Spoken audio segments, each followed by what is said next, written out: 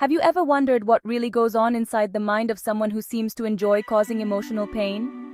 It's a question that can be both unsettling and fascinating.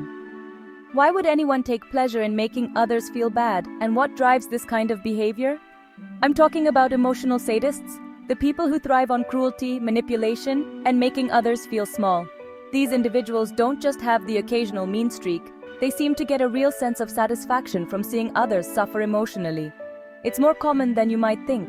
Emotional sadists can be found in all walks of life, at work, in families, among friends, and even in romantic relationships.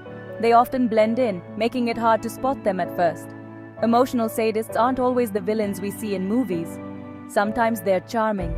They can be witty, engaging, and even seem genuinely caring on the surface. Sometimes they're the life of the party.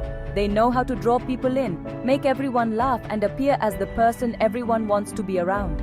But underneath, there's a different story unfolding. Behind the mask of confidence and charisma, there's often a darker motivation at play. So what makes an emotional sadist tick?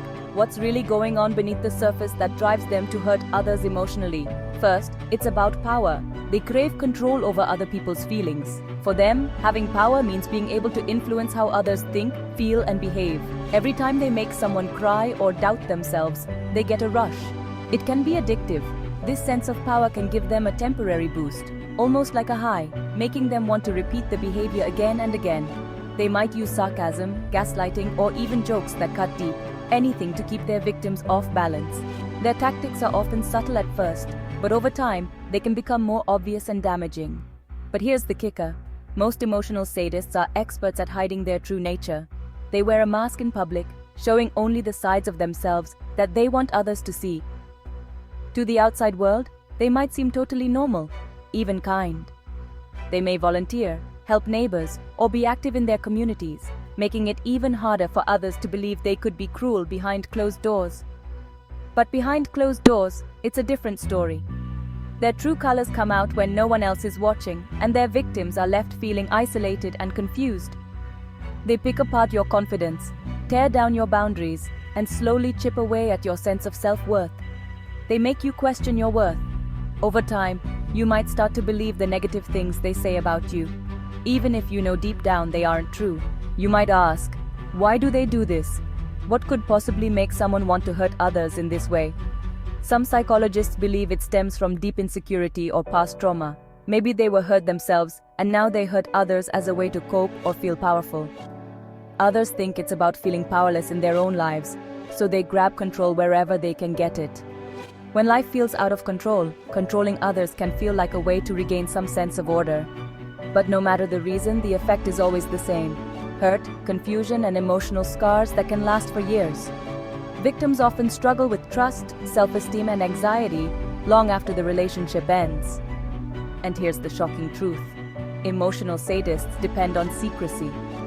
They rely on their victims' silence to keep their behavior hidden and to continue their cycle of control. They're counting on you to stay silent.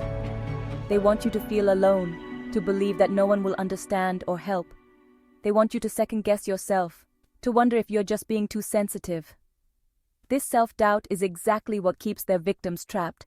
That's how they keep their power. The more you doubt yourself, the easier it is for them to manipulate and control you. But it doesn't have to be this way. Recognizing the signs is the first step toward breaking free from their grip. If you recognize the signs, chronic put-downs, subtle manipulation, constant criticism, or feeling like you're always walking on eggshells, trust your gut. It's not your fault, and you're not alone.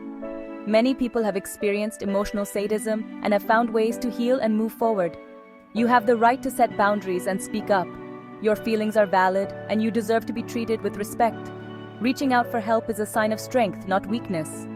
Whether it's talking to a trusted friend, a counselor, or joining a support group, taking that first step can make all the difference.